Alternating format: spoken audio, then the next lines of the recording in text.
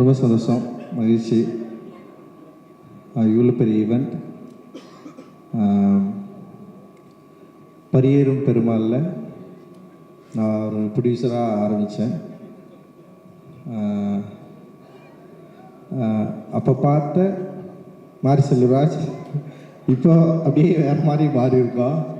And ரொம்ப சந்தோஷம் மாரியோட வளர்ச்சி. அண்டு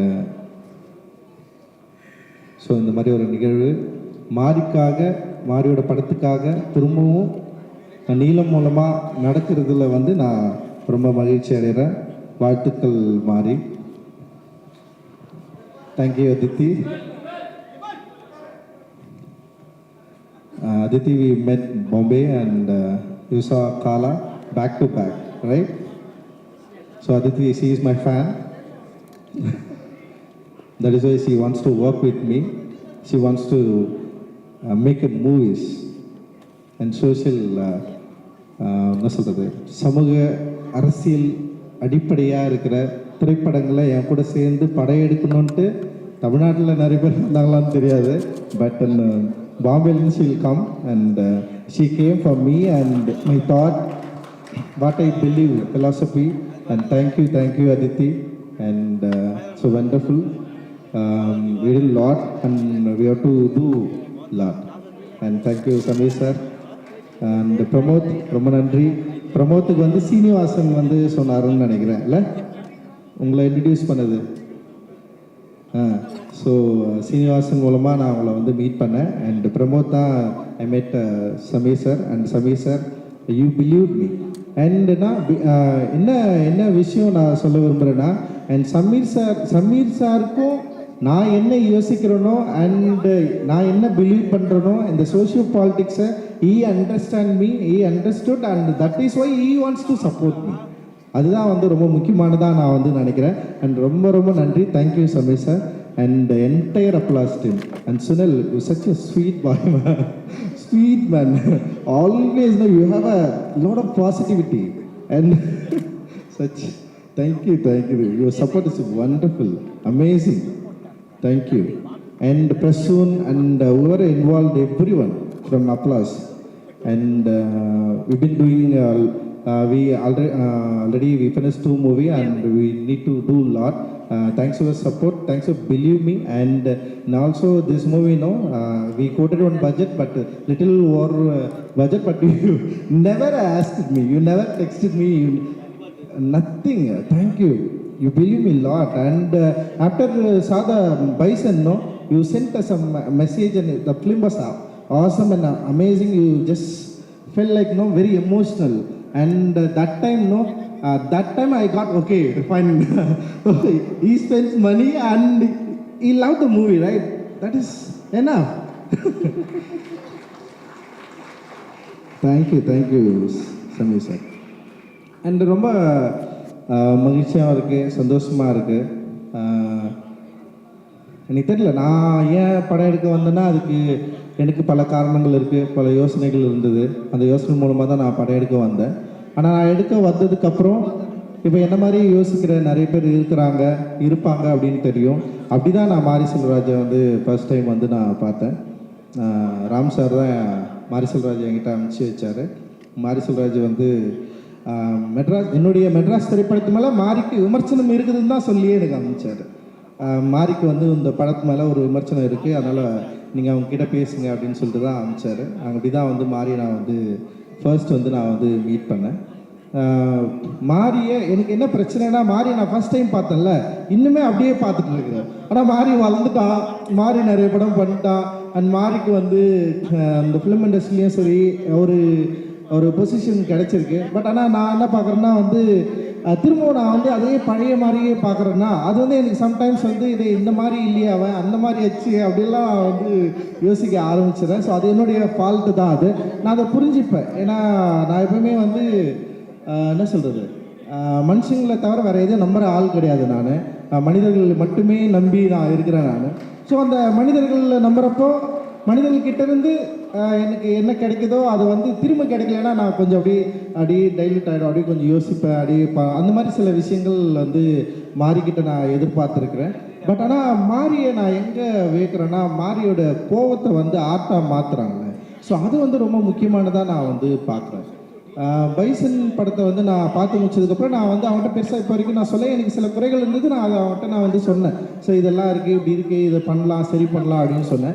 பட் என்ன நான் அந்த படத்தை பார்த்து வேந்தேன்னா, ஒரு திரைப்படத்தை அதோட மொழியை கையாளுற லாவகம் வந்து ஒரு 5வது படத்தில் வந்து பயங்கரமாக மாறி வந்திருக்கிறத வந்து நான் வந்து நான் பார்த்தேனால ஐ ஃபீல் லைக் அவன் அந்த அந்த காம்போசிஷன், அந்த கேரக்டரை நிற்க வச்சது, சஜஷன் ஷாட் அவன் கட் பண்ணது, சில இடங்களில் கட் பண்ணது, அப்புறம் வந்து அந்த அந்த லேண்ட்ஸ்கேப்பை திருப்பி திருப்பி நமக்கு காட்டினாலுமே அந்த லேண்ட்ஸ்கேப் கூட நமக்கு ஒரு ரிலேஷன்ஷிப்பை வந்து க்ரியேட் பண்ணுறது, அந்த சினிமா மொழியோடைய அடர்த்தியை வந்து நம்மக்கிட்ட வந்து அப்படியே தள்ளிக்கிட்டே இருக்குது அப்படின்னு சொல்லிட்டு ஒரு மொழி மேலே ஒரு காத்திரமான ஒரு அஃபெக்ஷன் இருக்கிற ஒரு ஆர்டிஸ்டால் மட்டும்தான் இது தொடர்ந்து அதுக்குள்ளே போகவே முடியும். இப்போ நான்லாம் வந்து அட்டகத்தி நான் ஒரு படம் பண்ணேன், அதுக்கப்புறம் திரும்ப என் லைஃப்பில் நான் இன்னும் போகவே இல்லை. நான் திரும்ப போகணும்னு நினைப்பேன். ஆனால் எனக்கு என்ன போடாமல் தடுக்குதுன்னா, நான் நம்புகிற தத்துவங்களும் அப்புறம் நான் ஒரு ஆர்டிஸ்டாக ஒரு அருப எல்லைக்குள்ளே வந்து நுழைஞ்சு நான் வந்து என்னை எக்ஸ்ப்ளோர் பண்ண ட்ரை பண்ணிட்டே இருக்கிறேன்னா, அதனால் என்னை வந்து என்னென்னா திரும்பவும் ஒரு ரஞ்சித்தோட லைஃபுக்குள்ளே போயிட்டு நிற்கிறதுக்கு எனக்கு வந்து பிடிக்கவே இல்லை. அது என்னை வந்து நான் வந்து வெளியே வந்துட்டேன். பட் எனக்கு வந்து ஃபஸ்ட்டு மாரி மேலே ஒரு விமர்சனம் இருந்தது. ஏன் மாரி தொடர்ந்து இதையே பண்ணிட்டுருக்கான், மாரி ஏன் இதையே பேசிகிட்டே இருக்கு, அதாவது என்னென்னா ஒரே லைஃபே காட்டிகிட்டே இருக்கிறான் அப்படின்னு எனக்கு தோன்றப்போ வந்து மாரியோட சில இன்டர்வியூ நான் வந்து அப்பப்போ நான் கேட்பேன். அப்படி கேட்குறப்போ மாரி சொல்கிறது தான், பல கதைகள், சொல்லப்படாத கதைகள் இருக்குது அவனுடைய வாழ்க்கையில் அப்படின்ற பல என்ன சொல்கிறது எமோஷ்னலான இடங்கள் இருக்குது, பல துண்டு கதைகள் இருக்குது அப்படின்னு சொல்கிறப்போ இது எல்லாத்தையும் வந்து ஒரு ஆர்டிஸ்ட் வந்து சொல்லிகிட்டே இருக்கணுமானோ எனக்கு தோணும். ஏன்னா ஆர்ட்ன்றது வந்து ஒரு சமயத்துக்கு அப்புறம் அப்படியே இன்டர்பியர் என்ன சொல்கிறது அப்படியே வளர்ந்து வேற ஒன்றா மாறி அப்படி போகணும்ல, அப்படி தான் நான் வந்து யோசிப்பேன் நான். பட் ஏன் மாறி வந்து ஒரே இடத்துல நிற்கிற மாதிரி எனக்கு தோணிகிட்டே இருக்கும். பட் ஆனால் மாறி அந்த ஒரு இடத்துல இல்லை, தன்னுடைய உலகத்தை வந்து பயங்கர பெருசாக மாற்றிட்டு இருக்கிறதா நான் வந்து ஃபீல் பண்ணுறேன். ஆக்சுவலி என்னென்னா, ஃபஸ்ட்டு மாரி செல்வராஜுக்கு கிடைச்ச அந்த பரியேறும் பெருமாள், இப்போ பைசனுடைய வேர்ல்டை நம்ம பார்க்குறப்போ பைசனோட வேர்ல்டு வந்து பயங்கர எக்ஸ்பேண்ட் ஆகிருக்கு. அந்த எக்ஸ்பேண்ட் ஆகிருக்கிறதுல வந்து அந்த விஷுவல் லாங்குவேஜ் வந்து பயங்கரமாக எனக்கு வந்து ரொம்ப பிடிச்சிருந்தது. ஐ ஃபெல்ட் நான் வந்து அந்த விஷுவல் லாங்குவேஜுக்குள்ளே தான் நான் வந்து மாட்டிக்கிட்டேன். பீயிங் ஆர்டிஸ்ட் எனக்கு வந்து ஒரு என்ன சொல்கிறது, எனக்கு படம் பார்த்துட்டு வந்து பிடிச்சிருக்கு பிடிக்கலன்னு சொல்கிறத விட எனக்கு என்னென்னா, எனக்கு எவ்வளவு அந்த படம் என்னை வந்து இன்ஃப்ளூயன்ஸ் பண்ணுது அப்படின்றத நான் பார்ப்பேன். இன்ஃப்ளூயன்ஸ் மீன்ஸ் வந்து அது என்னை கொண்டாட்டமாக ஆக்குது. சில படங்கள் எனக்கு பயங்கரமாக பிடிக்கும், பட் ஆனால் அந்த படத்தை உடனே மறந்துடுவேன். ஒரு சில படங்கள் வந்து என்னால் பாதி கூட பார்க்க முடியாது, பட் அந்த படம் எனக்கு ரொம்ப தூரமாக என் கூடவே ட்ராவல் பண்ணும். ஸோ அந்த மாதிரி தான் நான் வந்து சினிமாவை நான் பார்க்குறேன். சினிமான்றது வந்து சும்மா ஏதோ ஒரு ஒர்க்காக பார்த்தா நான் வந்து பண்ணலாம், அது பயங்கரமான ஒரு ஆர்டிஸ்டிக் ஒரு மீடியமாக நான் பார்க்குறேன். ஸோ அந்த மீடியமை மாறி இப்போ வந்து பயங்கரமாக அதுக்குள்ளே அதை கையாளுற ஒரு இடத்துக்கு வந்திருக்கிறதா நான் வந்து பார்க்குறேன். அது பைசனில் வந்து பயங்கரமாக அது தெரியுது. வாழ்த்துக்கள் மாறி, ரொம்ப ரொம்ப சந்தோஷம். நான் மனசார உண்மையிலே வந்து நினச்ச வாழ்த்துறேன். நீ ஒரு நல்ல ஆர்டிஸ்ட், நீ ஒரு பெரிய ஆர்டிஸ்ட் அப்படின்னு நான் வந்து நான் நினைக்கிறேன். அண்டு எல்லாருக்கும் அப்படி தான் தோணுன்னு நான் நினைக்கிறேன். அண்டு இந்த படத்தில் நடித்த எல்லாருமே வந்து பயங்கரமாக நடிச்சிருந்தீங்க. எல்லாருமே அந்த கேரக்டராகவே அப்படியே மாறி இருந்தீங்க. துரு விக்ரம் பேர் போட்டிருந்தது. என்னடா இது விக்ரம் பேர் காரணம் அப்படின்னு நான் வந்து யோசித்தேன். அண்டு துரு அப்படின்ற ஒரு பேர் எனக்கு விக்ரம் சார் பற்றி நான் வச்சுருந்ததான் நான் சொல்லிக்கிறேன். எனக்கு நான் என்னுடைய திரைப்படங்களில் நடித்த நிறைய நடிகர்களை பார்த்து பயங்கரமாக மிரண்டு போயிருக்கிறேன். எனக்கு வந்து ஆர்டிஸ்டோட தான் நடிக்க எனக்கு வந்து பிடிக்கும். ஆர்டிஸ்ட் மீன்ஸ் வந்து நடிப்பை வந்து பயங்கரமாக என்ஜாய் பண்ணுறவங்க கூட தான் வந்து என்னால் ஒர்க் பண்ணவே முடியும். அது வெறும் ஒரு தொழிலாகவோ இல்லை வியாபாரமோ எனக்கு அப்படி இருக்கிறவங்க கூட நெருங்கவே முடியாது. நான் பார்த்தா பயங்கர எக்ஸ்ட்ரானரி ஆர்டிஸ்ட் 2 பேர் இருந்தாங்க. அதில் ஒன்று வந்து இங்கே இருக்கார் அண்ணன் பசுபதி அண்ணா வந்து இருக்கார். நான் மிரண்டு போயிருக்கேன். ஏன்னா பசுபதி என்ன சொன்னார், ஒரு இயக்குனர் என்ன சொல்கிறாரோ அதுதான் நான் செய்வேன்னு சொல்கிறார். நான் வந்து நடித்து காட்ட மாட்டேன். பசுபதி அண்ணன்கிட்ட நான் இன்னைக்கு வரைக்கும் என்னுடைய ஆர்டிஸ்ட்கிட்ட நான் நடித்து காட்டினதே கிடையாது. ஆனால் நான் என்ன சொல்கிறேன்னா, ஒரு ஆர்டிஸ்ட்டுக்கு ஒரு நடிகருக்கு ரொம்ப முக்கியமான ஒரு தன்மையே வந்து இயக்குனருக்கு என்ன வேணுன்றதை வந்து அவர் புரிஞ்சுக்கிட்டு தன்னோட உடல் மொழியில் கொண்டு வரணும் அப்படின்னு தான் நான் வந்து விரும்புவேன். ஸோ நான் நடித்து காட்டினா என்ன மாதிரி அவர் நடிச்சிருவார். பட் ஆனால் வந்து நான் நடித்து காட்ட மாட்டேன். நீங்களே பண்ணுங்கண்ணான்னு சொல்லுவேன்.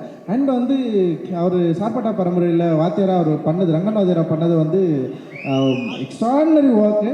அண்ட் அதை விட எனக்கு தங்கலானில் ஒரு பண்ணதை தான் நான் மிரண்டு போனேன். நான் எப்படி இப்படி ஒரு இது பண்ண முடிஞ்சதுன்னு சொல்லிட்டு அந்த பசுபதி அண்ணனா நான் மிரண்டு பார்க்குற ஒரு ஆள். அதுக்கப்புறம் வந்து நான் மிரண்டதுனானா உண்மையிலேயே வந்து சியான் விக்ரம் சார் தான் வந்து எக்ஸ்ட்ராடினரி ஆர்டிஸ்ட். அவரே எனக்கு தெரியல, தங்கலான் அவருக்கு எத்தனாவது படம் தெரியல, எனக்கு ஒரு 6வது படம் அப்படின்னு நான் நினைக்கிறேன். பட் அவருக்கு எத்தனாவது படம் தெரியல. நான் அவர்கிட்ட கேட்டேன், நீங்கள் எதுக்கு இவ்வளோ கஷ்டப்படணும், இவ்வளோ வருஷத்துக்கு அப்புறம் இத்தனை படம் நடிச்சதுக்கப்புறம் நீங்கள் எதுக்கு இவ்வளவு உடல் உழைப்பு தரணும் அப்படின்னு நான் கேட்டேன். நான் எது உங்களை வந்து ட்ரைவ் பண்ணுது, எது உங்களை வந்து தூண்டுது, எது வந்து உங்களை வந்து புஷ் பண்ணுது, நீங்கள் இப்படி நடிக்கணும்னு சொல்லிட்டு உங்களை எது வந்து உங்களை சொல்லுது அப்படின்னு சொல்லிட்டு நான் அவர்கிட்ட நான் கேட்டேன். அப்போ அவர் வந்து அப்படி இல்லை, ஆக்டிங் பற்றி அப்படிலாம் பயமாக சொன்னார். பட் ஆனால் எனக்கு என்ன தோணுச்சுன்னா, தங்கலான் படத்துக்கு அப்புறம் வந்து அவருக்கு இந்த சமூகம் தர வேண்டிய ஒரு மரியாதையை தந்துதா அப்படின்னா வந்து நிச்சயமாக இல்லை. அவருக்கு வந்து பெருசாக அங்கீகாரம் யாருமே தரல. ஏன்னா ஒரு படம் வணிக ரீதியான வெற்றி இல்லை அப்படின்ற இடத்தோட ஒரு நடிகனுடைய நடிப்பு நின்றுதா அப்படின்னா எனக்கு ஒரு பெரிய கேள்விக்குறியே இருந்தது. அண்ட் தங்கலான் படத்தில் அவர் நடித்தது வந்து எந்த விதத்திலையும் குறைவில்லாதது. ஒருவேளை வந்து டிரெக்டராக நான் வந்து அந்த படத்தை கரெக்டாக மக்கள்கிட்ட கொண்டு போய் சேர்க்கறது என்னுடைய மொழி வந்து சிக்கலாக இருந்திருக்கலாம். பட்டு அந்த தங்கலான் கதாபாத்திரத்தில் சியான் விக்ரம் ஏற்று நடித்த அந்த உடல் மொழி இருக்குல்ல, அது பயங்கர எக்ஸ்ட்ராடினரியான ஒரு ஒர்க்கு. அதை பார்த்து மக்கள் ரசிச்சிருக்காங்க, பயங்கர கொண்டாடி இருக்காங்க. ஆனால் அதை ஏற்றுக்கொள்ளது, அதாவது அதை அக்செப்ட் பண்ணி அதை வந்து பரிசீலிப்பதற்கு இங்கே நிறைய மனத்தடைகள் இருக்குது. அப்போ அந்த மனத்தடைகளை ஒவ்வொரு முறையும் அவருக்கு வந்து ஹர்ட் பண்ணியிருக்கும்னு நான் நினைக்கிறேன். ஒவ்வொரு முறையும் அவரை வந்து குத்திருக்கும்னு நான் நினைக்கிறேன். அப்புறம் அதுதான் அவரை வந்து என்ன பண்ணுதுன்னா, அவருக்கு வந்து ஒரு டிமாண்டை கிரியேட் பண்ணிகிட்டே இருக்குது. அவர் ஆர்டிஸ்ட்டாக இல்லைடா, இப்போ அவனுக்கு இதை ஏற்றுக்கல, அப்போ வர நெக்ஸ்ட் நான் இன்னொன்று பண்ணி அதை அவங்களை ஏற்றுக்க வைப்பேன் அப்படின்னு சொல்லிட்டு அவர் தன்னை வந்து ஒரு போராட்ட கருவியாக மாற்றி இருக்காரு அப்படின்னு நான் நினைக்கிறேன். ஸோ அந்த அளவுக்கு அப்படி இருக்கிறதுனால தான், ஸோ அப்படி ஒரு ஆர்டிஸ்ட் நான் பார்த்து மிரண்டு போயிருக்கேன். ஸோ அப்படி அவருடைய பையன் இவர் எப்படி பண்ணுவார், எனக்கு என்னென்னா அப்பா பயமாக நடிக்கிறாருன்னா பையன் அப்படி நடிக்கணும்னு அவசியம் இல்லை. ஏன்னா வந்து திறமை என்பது வந்து பிறப்பின் அடிப்படையில் இல்லைன்னு நான் நம்புகிறேன். திறமை என்பது வந்து அது வந்து என்ன சொல்கிறது, நம்முடைய வசதி வாய்ப்புகளோடு சேர்ந்து வர்றது தான். அது வந்து ஒரு என்ன சொல்கிறது பிறப்பின் அடிப்படையில் உருவாகிறது கிடையாதுன்னு நான் நம்புகிறேன். பட் ஆனால் துருவாக இருக்கட்டும், இந்த படத்தில் நடித்த எல்லாருமே இருக்கட்டும், அண்ட் அவங்களுடைய ஆக்டிங் வந்து எக்ஸ்ட்ராடினரியாக இருந்தது. அண்ட் துருவோடைய அந்த ப்ரெசன்ஸு, அவருடைய அந்த லுக்கு, இது எல்லாமே வந்து என்னை வந்து ரொம்ப வியக்க வச்சுது. துருவ நீங்கள் மிக நீண்ட தூரம் போக போகிறீங்க, உங்களுடைய பயணம் மிக நீண்ட பயணமாக இருக்க போகுது. அண்ட் வந்து அந்த பயணத்தை வந்து அப்பா இன்னைக்கு வரல, அவர் டெஃபினட்டாக அது வந்து நிச்சயமாக உங்களுக்கு அவர் வாழ்க்கையிலேருந்து நீங்கள் அதை வந்து கற்றுப்பீங்க அப்படின்னு நான் வந்து நம்புகிறேன். And you did very fantastic work. And அதே மாதிரி வந்து அனுபமா அண்ட் ரிஜிஷா அண்டு அண்ணன் பயங்கரமாக நடிச்சிருக்காரு. ஸோ இவங்க 2 கேரக்டர் வந்து வேறு லெவலில் பேச, லால் சாரும் வந்து அண்ட் பாண்டியராஜா கேரக்டர் வந்து முக்கியமாக தென்பகுதிகளில் ஒரு முக்கியமான கனெக்ஷன் இருக்குது. டெஃபினட்டாக அதை பற்றி பேசுவாங்க.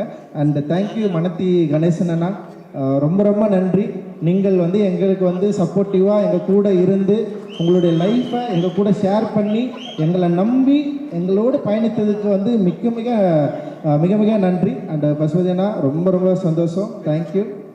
அண்டு நிவாஸ் வந்து சொன்ன மாதிரி தான், அவனுக்கு வந்து ஒரு நியூ ஸ்டார்ட், அது எக்ஸ்ட்ராடினரியாக இருந்தது. நான் வந்து இந்த பாட்டு கேட்டு நான் அவனுக்கு ஃபோன் பண்ணேன், என்னடா பாட்டது பாட்டு கேட்டு எனக்கு ரொம்ப இமோஷ்னலாக ஆகிட்டேன் நான். இப்போ ஏன்னா நான் ஒரு தெரியலையே, ஒரு ஆர்ட்ன்றது அதுதான் செய்யும், நம்மளை வந்து பிரேக் பண்ணும். அவனுடைய மியூசிக் வந்து என்னை வந்து பயங்கரமாக பிரேக் பண்ணிச்சு. நான் வந்து உடனே ஃபோன் பண்ணி அவன்கிட்ட வந்து நான் பேசினேன் நான். அண்டு ஒரு எக்ஸ்ட்ராடினரி ஆர்டிஸ்ட் வந்து எல்லாருக்கும் விசிபிளாக தெரிய ஆரம்பிச்சிருக்காரு இந்த படத்துலேருந்து. நிச்சயமாக வந்து உங்களுக்கு இன்னும் பெரிய வாய்ப்புகள் கிடைக்கும். அண்ட் இந்த படத்தில் பைசன் படத்தில் ஒத்துழைத்த எல்லாருக்குமே வந்து என்னுடைய பெரிய நன்றிகள். அண்டு நீலம் ப்ரொடக்ஷன் அண்டு நீலம் ஸ்டுடியோஸ் ரெண்டுமே வேறு கிடையாது. நாங்கள் 2 பேரும் அண்ட் அதித்தியும் நானும் ஒன்று சேர்ந்து நீலம் ஸ்டுடியோஸ்ன்னு ஆரம்பித்தோம். இதில் நிறைய படங்கள் பண்ணுறதா இருக்கிறோம். அண்டு இந்த நீலம் ஸ்டுடியோஸில் நிறைய பேர் எங்கள் கூட சேர்ந்து ஒர்க் பண்ணிட்டுருக்காங்க. இவங்களுக்கு எல்லாருக்குமே என்னுடைய நன்றிகள். ப்ரொடக்ஷன் மேனேஜர்ஸ் அண்டு வந்து இபி அண்ட் காமராஜ் நிறைய பேர் இங்கே இருக்கிறீங்க. அண்டு விபிஆர், அப்புறம் யார் இருக்குது, ஓகே, யாரெல்லாம் இருக்கீங்க எல்லாருக்குமே நன்றி, ரொம்ப ரொம்ப நன்றி. அண்ட் மாரி செல்வராஜ், உன்னுடைய பயணம் இன்னும் எனக்கு எப்பவுமே பாபா அம்பேத்கர் தான் என்னுடைய எல்லா பிரச்சனைகளுக்கும் ஒரு வழிகாட்டி. அவர் தான், வேறு யாருமே கிடையாது. நான் எப்பவுமே அவர் யோசிப்பேன். ஏன்னா நல்லா யோசிச்சு பாருங்களேன், இந்த இந்திய சமூகத்தில் ஒட்டுமொத்த இந்திய மனமும் ஒருவரை வெறுக்கிறது, அவரை வந்து பழி சொல்லுது. ஆனால் இந்த பழி சொல்லக்கூடிய இந்த மக்களை வெறுக்காம தன்னுடைய வாழ்க்கையை இந்த மக்களுக்காகவே அர்ப்பணித்தவர் தான் பாபா சாஹேப் அம்பேத்கர். ஸோ அவர் வந்து காஸ்ட் டிவைட்னால இவ்வளவு பாதிப்பு பட்டாலும், எவ்வளவு நெருக்கடிகளை சந்தித்தாலும் ஒருபோதும் இந்திய மக்களை, இந்த இந்தியாவை அவர் கைவிட்டதில்லை. அவர்களை, இந்த மக்களை வந்து அவர்களை வழிபடுத்த, அதாவது நெறிப்படுத்தணும், சரிப்படுத்தணும்னு சொல்லிட்டு தன்னுடைய கடைசி நொடி வரைக்கும் வந்து உழைத்தவர் பாபா சாஹேப் அம்பேத்கர். அவர் ஒரு காலமும் இந்த மக்கள் கொடுத்த வெறுப்பை வெறுப்பாக திருப்பி கொடுக்காம அது என்ன பண்ணுறாருன்னா, அவர்களுடைய மக்களுடைய அந்த வெறுப்பை அழிக்கக்கூடிய ஆற்றலை தனக்கு ஒரு சக்தியாக மாற்றிக்கொண்டு மக்களை நெறிப்படுத்தக்கூடிய தத்துவத்தை உருவாக்கிட்டு போயிருக்காரு. ஸோ அவர் தான் என்னுடைய வழிகாட்டி. அந்த வழிகாட்டியை அவரோட அந்த வழியில் நான் இருக்கிறேன் அப்படிங்கிறதுல வந்து எனக்கு வந்து ரொம்ப மிக பெருமையாக இருக்குது. அண்டு ரொம்ப சந்தோஷம் உங்களை எல்லாரும் நான் சந்தித்ததில். அண்டு எங்கள் திரைப்படத்தை எங்களோடு சேர்ந்து ரிலீஸ் பண்ணுற 5 ஸ்டார் செந்தில் அண்ணன், அவர் எனக்கு அறிமுகப்படுத்தின வந்து நந்தகுமார் அண்ணன், அண்ட் வந்து ஜெகதாம்பா ஃபிலிம்ஸ், அண்டு அவர் அறிமுகப்படுத்தின போஸ் அண்ணன், இவங்க எல்லாருக்குமே வந்து என்னுடைய நன்றிகளை தெரிவிச்சுக்கிறேன். அண்டு யாக்கே பாய் அவருக்கும் என்னுடைய நன்றி தெரிவிச்சுக்கிறேன். நெட்ஃப்ளிக்ஸ்க்கு வந்து என்னுடைய நன்றி தெரிவிச்சுக்கிறேன். அண்டு சந்தோஷ், இந்த மாதிரி நிறைய பேர் இருக்கிறீங்க. Thank you, thanks lot. நான் படப்படன்னு அப்படியே பேசுவேன், இதுதான் நான். தேங்க்யூ, ரொம்ப நன்றி. ஜெய்பீம். பைசன் ரொம்ப எமோஷனலான படம். முதல்ல நான் சொல்லிட்டேன், மறுபடியும் சொல்லிட்டேன், எல்லாத்துக்குமே நன்றி. கபடி பிளேயர்ஸ் அண்ட் டீம், என்னோட அசிஸ்டன்ட் டைரக்டர்ஸ், என்னோட ஆக்டர்ஸ் எல்லாத்துக்குமே நன்றி. ரஞ்சித் அண்ணா, அதனால் நாங்கள் மறக்கவே முடியாது. பெரிய பெருமாள் நான் வந்து நீங்கள் ஃபஸ்ட்டு பார்த்துட்டு ஒரு மழை நாளில் எனக்கு லவ் யூ மெசேஜ் அனுப்புனீங்க. அந்த நாள்லேருந்து இந்த பயணம் தொடங்குது. அன்னையிலேருந்து நான் நம்பிக்கையாக எல்லாம் பண்ண ஆரம்பித்தேன். நீளத்துக்கு திருப்பி நான் படம் பண்ணணும் அப்படிங்கிறது உடனே பண்ணணும்னு ஆசைப்பட்டது. அது தள்ளி போயிட்டு இருந்துச்சு. அது பெரிய என்ன சொல்கிறது, எனக்கு அது பெரிய பெயினாகவே இருந்துச்சு, குற்ற உணர்ச்சியாகவே இருந்துச்சு. ஏதோ பெரிய வாழ்க்கையில் தப்பு பண்ணுறோமோன்னு தோண்டிகிட்டே இருக்கும். ஏதோ வழியில் பைசன் பண்ணிட்டேன். பைசன் நான் ஸ்டார்ட் பண்ணும்போது அஞ்சிநாட சொன்னேன், வேறு ஏதாவது கதை பண்ணலாம், இது ரொம்ப கஷ்டம், சொல்ல முடியாது. இந்த படத்தோட போக்கு வந்து உங்களுக்கு எனக்கும் கூட சண்டே வந்து ரொம்ப பயமாக இருக்கேன். அந்த பட்ஜெட் இஷ்யூலாம் வரும்போது இந்த படத்தை வேறு ஒன்று பண்ணலாம், வேறு ஏதாவது படம் பண்ணலான்னு சொன்னேன். அப்போ அண்ணா சொன்னார், டேய் இந்த படம் இப்போ பண்ணலாம், எப்படா பண்ண போகிறேன், இந்த படத்தை நீ பண்ணு பார்த்துக்கலாம், இந்த படம் பண்ணியே ஆகணும். இன்றைக்கி நம்ம 2 பேரும் சேர்ந்துருக்கோம், நம்ம மறுபடியும் சேர்றோம் அப்படின்னா நீ சமூகத்துக்கு நம்ம என்ன கொடுக்கணும் அப்படின்னா இந்த மாதிரியான காத்திரமான ஒரு படம் தான் கொடுக்கணும். இந்த படம் ஸ்டார்ட் பண்ண அப்படின்னாரு. அதுக்கப்புறம் முழுக்க சுதந்திரம் தான். எப்போவுமே எனக்கு ரஞ்சித் எவ்வளோ தெரியல, பெரிய ரஞ்சித்தனன்ட்டு ஆரம்பிச்சதுனால எனக்கு எல்லா ப்ரொடியூசருமே ஒரு பெரிய சுதந்திரம் கொடுப்பாங்க. இந்த படத்துலேயும் அந்த மாதிரி சுதந்திரம் தான். அப்ளாஸும் சரி, நீலம் ஸ்டுடியோஸும் சரி, எல்லாரும் மிகப்பெரிய சுதந்திரத்தை கொடுத்தாங்க. அந்த மிகப்பெரிய சுதந்திரத்தின் அடிப்படையில் எடுத்தது தான் பைசன். அதனால் எல்லாத்துக்கும் ரொம்ப நன்றி. பைசன் சொல்லணும் அப்படின்னா துருவோட உழைப்பு, மற்றவங்களோட எல்லாத்தையும் பற்றி எனக்கு பேசுறதுக்கு நிறைய மேடைகள் இருக்குது, என்னோடய இன்டர்வியூஸ் இருக்குது. ஆனால் ரொம்ப நேரம் ஆகிடுச்சு. அதனால் வந்து எல்லாத்துக்குமே ரொம்ப நன்றி. சொல்ல வேண்டிய முக்கியமான விஷயம் என்ன அப்படின்னா, பைசன் எப்படிப்பட்ட படம் அப்படிங்கிறது தான் முக்கியமான விஷயம். அதை பற்றி நாளைக்கு ட்ரெய்லர் ரிலீஸ் ஆகுது. என் லைஃப்பில் நான் ரொம்ப தூரம் ட்ராவல் பண்ணி நிறைய பிரச்சனைகளை சந்தித்து கிளம்பி வந்துட்டேன். நான் வந்து 20 வருஷம் ஆக போகுது. 20 வருஷத்துக்கு அப்புறம் நான் இப்போ திரும்பி பார்த்தா, இப்போ நீ பார்க்கும்போதெல்லாம் என்ன உங்கள் ஊர் எப்படி இருக்குது, உங்கள் ஊர் எப்படின்னு கேட்பாங்க. இங்கேருந்து நான் திருநெல்வேலியை பார்க்கும்போதெல்லாம் ஒவ்வொரு டைம் திருநெல்வேலி போகும்போதெல்லாம் பக்குன்னு இருக்கும் எனக்கு. ஏதாவது வாட்ஸ்அப் ஓப்பன் பண்ணாலே ஏதாவது இஷ்யூஸ் பார்த்துக்கோங்க, வீட்டிலேருந்து அனுப்புது, ஃபேமிலி ஃப்ரெண்ட்ஸ் அனுப்புறது எல்லாம் பார்க்கும்போதே அவ்வளோ எமோஷனலாக இருக்கும். என்னடா பண்ணுறது அப்படின்னு சொல்லி, இது எப்படி சேஞ்ச் பண்ணுறது, இதை பற்றியான டிஸ்கஷன் எப்படி மாற்றுறதுன்னு தோண்டிகிட்டே இருக்கும். அதுக்கு நான் எடுத்த டூல் தான். அதுக்கு இந்த மாதிரியான விஷயத்தை நம்ம எப்படி அணுகிறது, இவ்வளோ பெரிய ஒரு போர் சூழலில் இருக்கக்கூடிய என்னோடய ஊரை பற்றியான ஒரு புரிதலை இன்றைக்குள்ள இளைஞர்கள்ட்ட நான் எப்படி கடத்துறது, அது என்ன மாதிரி படம் பண்ணுறது அப்படின்னு யோசிச்சுட்டு இருக்கும்போது தான் எனக்கு கிடைச்ச ஒரே டூல் அனைத்து கணேசனன் டூல். அவரை எடுத்துக்கிட்டு நாம் நம்மளோட கிராஃப்ட்டு, நம்மளோட சினிமா, என்னோடய அரசியல் பார்வை, என்னோடய புரிதல் இதில் வச்சுக்கிட்டு நம்ம ப்ளே பண்ணி ஒன்று முடியுமான்னு பார்ப்போம், ட்ரை பண்ணி பார்ப்போம்னு சொல்லி எழுதப்பட்டது தான் பைசன் திரைக்கதை. பைசனுக்குள்ளே நிறைய இளைஞர்கள், தென் மாவட்டத்தில் உள்ள நிறைய இளைஞர்கள் இருக்காங்க, வெற்றி பெற்ற வெற்றி பெற முடியாமல் போன, வாழ்க்கையை தொலைச்ச நிறைய இளைஞர்களோட கதை இருக்குது. இந்த கதை உண்மையாகவே என் லைஃப்பில் என்னோட ஆகச்சிறந்த என்னோட அரசியல் நான் என்ன நினைக்கிறேன்னா, என் ஊருக்கு நான் ஏதாவது செய்யணும்னு நினச்சேன். என் ஊரை பற்றி இவ்வளோ வெற்றி அடைஞ்சதுக்கப்புறம், இவ்வளோ புகழ் அடைஞ்சதுக்கப்புறம், இவ்வளோ பணம் சம்பாதிச்சதுக்கப்புறம் நீ உன் ஊருக்கு என்ன பண்ணுன்னு கேட்டிங்கன்னா, என் ஊருக்காக நான் பண்ணது, என்னோடய மாவட்டத்துக்காக பண்ணது, என்னோடய மக்களுக்காக பண்ணது, ஒட்டுமொத்த தென் தமிழ்நாட்டுக்காகவும் ஒருத்தன் வந்து அந்த தென் தமிழ்நாட்டோட அரசியல் புரிதலை மையப்படுத்தி பண்ண ஒரு படம் தான் பைசன். முழுக்க இந்த படம் அதுக்கான படம். என்னோடய ட்ரிபியூட் தான் இது, என்னோடய எமோஷ்னல் தான், என்னோட அதிகபட்ச என்ன சொல்கிறது, இந்த உச்சபட்ச எமோஷ்னல் இது. எப்படியாவது இந்த படம் இது எவ்வளோ பெரிய ஹிட் ஆகுது அப்படிங்கிறத தாண்டி இது என்ன மாதிரியான தாக்கத்தை ஏற்படுத்துது, இது என்ன மாதிரியான எமோஷனலை ஏற்படுத்துது, இது என்ன மாதிரியான கனெக்டிவிட்டியை ஏற்படுத்துது, இது என்ன மாதிரியான ஒரு முடிவுக்கு வருது இந்த படம் அப்படிங்கிறத வந்து அதை பார்க்கறதுக்காக நான் வெயிட்டிங். அதுக்கு மட்டுமே நான் வெயிட் பண்ணுறேன். இந்த 17 அப்படிங்கிறது வந்து எனக்கு வந்து வெளியே வர ஆடியன்ஸ் படம் நல்லா இருக்குன்னு சொல்கிறத விட, படம் ஹிட்டு, படம் சூப்பர் ஹிட்டு, படம் ஃபாஸ்டாக இதெல்லாம் தாண்டி எனக்கு இந்த படத்துக்குள் பேசப்பட்டிருக்கக்கூடிய விஷயத்தை என்னவா தமிழ் சமூகம் எடுத்துக்குது அப்படிங்கிறத தெரிஞ்சுக்கிறதுக்காக ரொம்ப ஆர்வமாக இருக்கேன். அதுக்கு காரணம் நாங்கள் அதாவது என்னது, அதுக்கு முக்கிய காரணம் முக்கிய வாழ்க்கை சூழல் தான். இது வந்து ஏதாவது பண்ணியாகணும் அப்படிங்கிறா பண்ண படம் பைசன். நிச்சயமாக அந்த வேலையை செய்யணும் உறுதியாக நம்புகிறோம். அதுக்கான காரணம் இந்த பைசனில் வேலை பார்த்த அத்தனை பேருமே இதை புரிஞ்சுக்கிட்டு வேலை பார்த்துருக்காங்க, இந்த எமோஷனில் புரிஞ்சுக்கிட்டு வேலை பார்த்துருக்காங்க. அவங்க அத்தனை பேருக்கு நான் அதை கடத்தினேன். அமித் சாராக இருக்கட்டும், பசுபதி சாராக இருக்கட்டும், லால் சாராக இருக்கட்டும், எல்லாருக்கிட்டையும் நான் பேசுனது கதையை பற்றி கிடையாது, என் ஊரை பற்றி, என் நிலத்தை பற்றி, இங்கே இருக்கிற சிக்கலை பற்றி, இங்கே இது எப்படி. ஏன்னா நாங்கள் இருக்கும்போதே நிறைய சமூகம் நடக்கும். லால் சார் வந்து நீ பார்ப்பாரு, அமித் சார் பசுபதி சார் வந்து என்ன மாதிரி அப்படிம்பாரு. அந்த எமோஷனல் இருக்குல்ல, கேட்கும்போது பதில் சொல்ல முடியாத பார்வையோடு நான் நிற்பேன். அவங்க ஏதாவது எமோஷனலாக கேட்பாங்க, அதுக்கு எனக்கு பதிலே இருக்காது, எங்கேருந்து ஆரம்பிக்கிறதுன்னு தெரியாது. இந்த பிரச்சனைக்கு ஒரு பிரச்சனையை பற்றி அவங்க என்கிட்ட கேட்கும்போது அது எந்த பாயிண்ட்லேருந்து ஆரம்பிக்கணும்னு எனக்கு தெரியாது. அப்போல்லாம் நான் யோசிச்சுக்கிட்டே இருப்பேன். இதுக்கெல்லாம் ஒரு பாயிண்ட்டு தான் பைசன் திரைப்படம். இந்த படம் வந்து அதை செய்யும்னு உறுதியாக நம்புகிறேன். என்னோட உச்சபட்ச ஒரு கர்வமாகவும் ப்ரைடாகவும் நான் நினைக்கிறது வந்து இந்த பைசன் திரைப்படத்தை தான். அதுக்கான ரீசன் அப்படிங்கிறது, நான் வெட்ட வெளியாக முதல்ல தைரியமாக ஒரு விஷயத்தை ஹேண்டில் பண்ணியிருக்கேன். மற்ற எல்லா படங்களுமே, என்னோடய எல்லா படங்களும் எப்படி இருக்குன்னா, நான் ஓன் பண்ணிக்கிட்ட என்னோடய விஷயத்தை நான் உங்களுக்கு ப்ரெசென்ட் பண்ணுவேன். த ஃபஸ்ட் டைம் என்னோட கவலையை, சமூகம் சார்ந்த என்னோட கவலையை, என் ஊர் சார்ந்த என்னோட கவலையை, என் மக்கள் சார்ந்த என்னோட கவலையை, என் மக்களுங்கிறது தென் தமிழ்நாட்டில் இருக்கிற ஒட்டுமொத்த மக்களுமே, அது ஒட்டுமொத்த மக்களுக்கு இருக்கிற கவலையை பற்றியான ஒரு படமாக இந்த படத்தை எடுத்திருக்கேன். நிச்சயமாக இந்த படம் அந்த மாதிரியான ஒரு பெரிய டிஸ்கஷனை உருவாக்கணும் அப்படின்னு நம்புகிறேன். உருவாக்கும். அதுக்காக மட்டுமே இத்தனை வருஷம் நான் சினிமா கற்றுக்கிட்டது, கிராஃப்ட் கற்றுக்கிட்டது, நான் ஒட்டுமொத்தமாக கற்றுக்கிட்டது இந்த படத்துக்கு தானோ அப்படிங்கிற மாதிரியான உணர்வு எனக்கு இந்த படம் பார்க்கும்போது வந்துச்சு. அப்படி உணர்வு வந்ததுக்கு இந்த பைசன் திரைப்படம் எனக்கு கொடுத்த அழுத்தம் இந்த சமூகத்துக்கும், இந்த தமிழ் சமூகத்துக்கும் கொடுக்கும் அப்படிங்கிறத உறுதியாக நம்புகிறேன். அவ்வளோதான் பைசன் பற்றி. நாளைக்கு ட்ரெய்லர் வருது. நிச்சயமாக இந்த பைசன் ஒரு தமிழ் சமூகத்தில் ஒரு அறிவை உண்டாக்கும். அதுக்கு ஒத்துழைத்த அத்தனை நண்பர்களுக்கும் மறுபடியும் நன்றி சொல்லிக்கிறேன். நீங்கள் இல்லைனா என்னோடய அசிஸ்டன்ட் டைரக்டர் சொல்லணும், கடைசி அவங்க சொல்லிடுறேன். நான் மற்ற எல்லாத்துக்குமே நான் நன்றி சொல்லிட்டுன்னு நினைக்கிறேன். என்னோடய அசிஸ்டன்ஸ் பொதுவாகவே என்ன சொல்கிறது, அஞ்சு சொல்லுவாங்க, என்னடா அங்கேயே போய் எடுத்துகிட்டு இருக்க அப்படின்னு.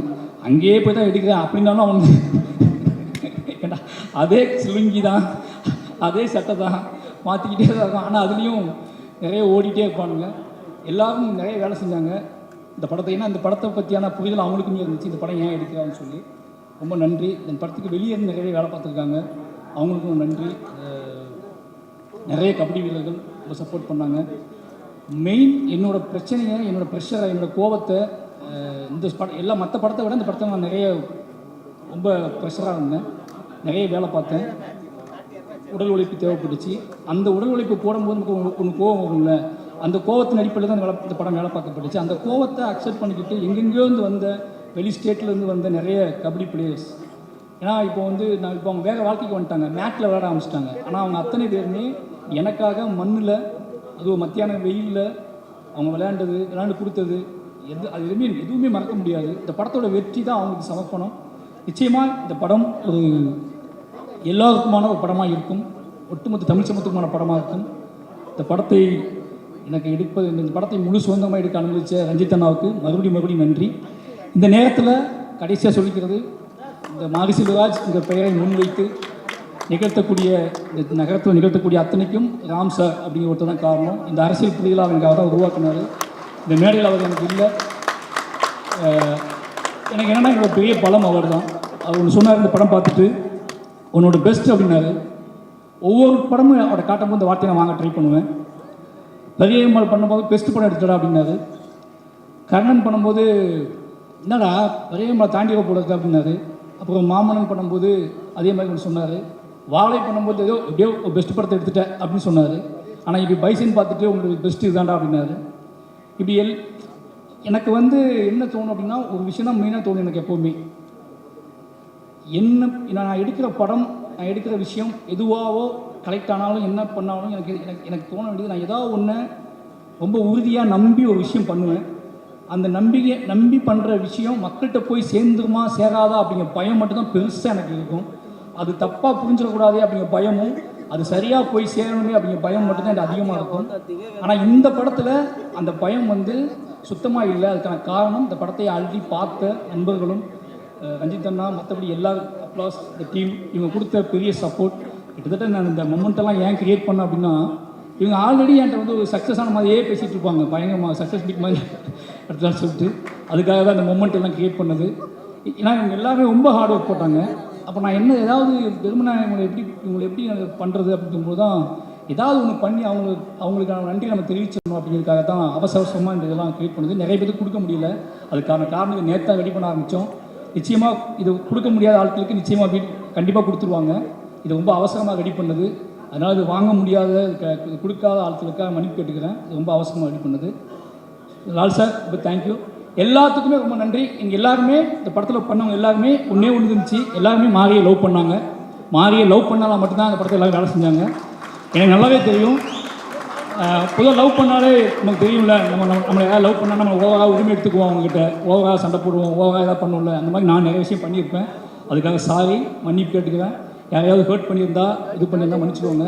ஆனால் எனக்கு நல்லா தெரியும் நீங்கள் எல்லாம் லவ் பண்ணுறீங்கன்னு. அதே மாதிரி உங்களுக்கும் தெரியணும் நான் உங்களை லவ் பண்ணுறேன். ஓகே, அதனால் எல்லாத்துக்குமே நன்றி. 17 ரொம்ப ஒரு வெயிட் பண்ணுறேன். அப்போ முக்கியமான விஷயம் சொல்லணும், நான் நினச்சே பார்க்கல பைசன் தீபாவளிக்கு வரும்னு.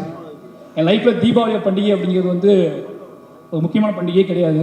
அதுக்கான காரணம் சின்ன வயசுலேருந்து எனக்கு தீபாவளி கொண்டாடுவதற்கான மனநிலையே இருக்காது. அதுக்கான ஸ்பேஸே எங்கள் வீட்டில் இருக்காது. அப்போ தீபாவளி வந்து சும்மா கடந்து வர ஒரு கவிதை கூட நான் எழுதியிருப்பேன் சென்னையில் இருந்த புதுசில். ஒரு பாலிய நண்பனின் மரணத்தை போல கடந்து செல்கிறது தீபாவளி. பாலிய நண்பனின் மரணத்தை போல, மரணத்தின் நினைவை போல கடந்து செல்கிறது தீபாவளி. இப்போ தீபாவளி மேலே அவ்வளோ வெறுப்பு எனக்கு இருந்துச்சு. ஃபர்ஸ்ட் டைம் என்னோடய ஃபஸ்ட்டு தீபாவளி நான் கொண்டாட போகிறேன்னு நினைக்கிறேன். ஃபர்ஸ்ட் டைம் இந்த தீபாவளிக்காக நான் வெயிட் பண்ணுறேன். என் குடும்பமும் இந்த தீபாவளிக்காக வெயிட் பண்ணுறது.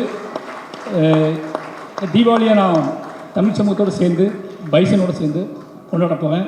என்னோடய குடும்பத்துக்கு, என் குழந்தைங்களுக்கு, நம்முடைய எங்கள் அண்ணன் எல்லாத்துக்குமே நன்றி. ப்ரெஸ் பீப்புள் நான் சீக்கிரமாக முடிச்சிட்டேன். அதனால் வந்து போயிட்டு மெசேஜ் அனுப்பாதீங்க, போயிட்டு எல்லோரும் நைட் மெசேஜ் அனுப்பாதீங்க. ரொம்ப நன்றி. எனக்கு எப்போவுமே நீங்கள் சப்போர்ட் பண்ணுறீங்க எனக்கு தெரியும். இனி ரொம்ப நம்புவீங்க, என்னை ரொம்பவே லவ் பண்ணுறீங்க, இனி ரொம்ப நம்புவீங்க. என்னோட மீடியா வந்து தொடர்ந்து நீ ரொம்ப நம்புதுன்னு எனக்கு தெரியும். உங்களுக்கு நம்பிக்கையை காப்பாற்றுற ஒரு படமாகவும் ஒரு மனுஷனாகவும் தொடர்ந்து இருப்பேன். ரொம்ப நன்றி. Thank you so much sir. உங்களை சார் ரேஞ்சனா ரொம்ப தேங்க்யூ. நீங்கள் இது ஏதோ என்ன சொல்கிறது, இது 2 வாழைக்கு எப்பவும் பண்ணுறீங்க. ரொம்ப நன்றி சார். மாமன்னன்லேருந்து பண்ணுறீங்க ஒரு சக்ஸஸ் ஃபார்மில் தொடர்ந்து தான். ரொம்ப நன்றி உங்களுக்கு. Thank you so much sir.